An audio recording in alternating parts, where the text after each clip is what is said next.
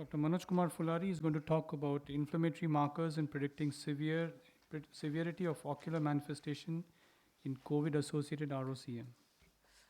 Good morning, respected judges and all the members here. The authors of this study have no financial disclosure or conflicts of interest with the presented material in this presentation. And coming to the introduction, during the pandemic of COVID-19 SARS infection, India has experienced a surge of dreadful fungal infection, rhinoorbital cerebral mucormycosis. And mucor is a saprophyte of order Mucorales, and mucormycosis is an acute and often fatal opportunistic infection. This COVID-19 infection is also known to cause a cytokine storm, causing an increase in inflammatory markers such as C-reactive protein, serum ferritin, lactate dehydrogenase, interleukin-6, and high serum ferritin levels have been proved to facilitate this fungal thriving. Various contributing factors have been put forward to this sudden surge, like deranged blood sugars, use of systemic steroids and immunomodulators, oxygen therapy during hospitalization, and use of damp, unclean masks. However, it was found in few patients with normally to mild elevated blood sugars, short duration of steroid use, and no history of hospitalization were also getting affected. Mucormycosis leading to clinical morbidity and mortality via angioinvasion and thromboembolism, resulting in irreversible tissue necrosis. So this prompted us to study the role of raised inflammatory markers in COVID-associated mucormycosis in facilitating this infection and to assess the severity and extent of ocular manifestations in COVID-associated mucormycosis, which help in detecting the fetal mucormycosis at its initial stages. So the purpose is to correlate the levels of inflammatory markers with the severity or extent of ocular manifestation in COVID-associated mucormycosis.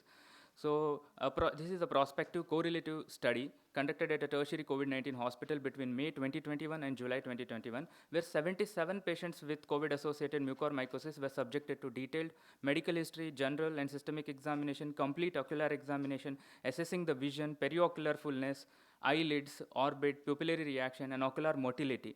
Inflammatory markers like C-reactive protein, lactate dehydrogenase, ferritin, and IL-6 were noted and then categorized them into mild, moderate, and severe based on the ocular examination correlating with the inflammatory markers.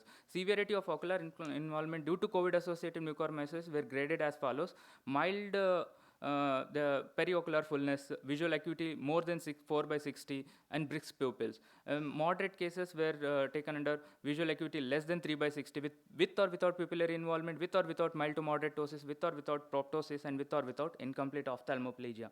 Whereas in severe cases, visual acuity with no perception of light, pupil dilated and fixed, severe ptosis, proptosis, CNS involvement, total ophthalmoplegia, and bilateral involvement.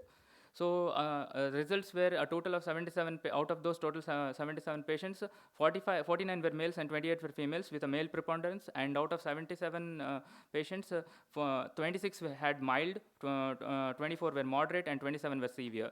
So those mean values of inflammatory markers were less in mild compared to the moderate and severe cases. So coming to the discussion by Martin et al., it's demonstrated high levels of serum ferritin levels in patients of invasive mucormycosis post-transplant, significantly elevated compared to the control group. And there's another study by Nitya Godanti et al. In her study on role of COVID-19 inflammatory markers in rhinoorbital cerebral mucosis. It's a the role of inflammatory markers seem to be limited to modulate the severity and extent of the disease and its morbidity. So the last study was, in a study, the triggering mucormycosis in a susceptible patient, a new phenomenon in the developing world, concluded that early diagnosis and treatment are essential to prevent the further end organ damage.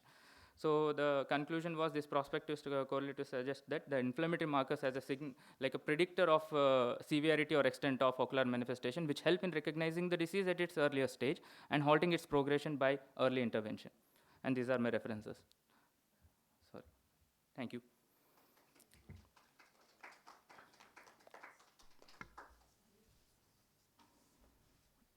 Actually, this talk would not come as a part of the competition. Yeah, he's also non-ratified member. Okay. But doctor, whenever you make a presentation, try not to put more than 4 or 5 lines. Yes, sir. Because there'll be a lot of audience fatigue because they're trying to read the entire content and you're also talking at the same time. Yes, sir. So we don't know whether we have to listen to you or to look at the slide.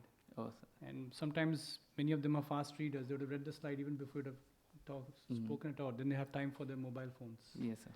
And all faces start glowing because the mobile phones are on. Yes, sir. And whenever you're trying to present data, try to show it in some bar charts or something, because you have a lot of data on ferritin and other Yes, sir. levels. It's very difficult to read and understand the numbers, right? Yeah, sir. Thank you. Thank you. Thank you, sir. Thank you, ma'am.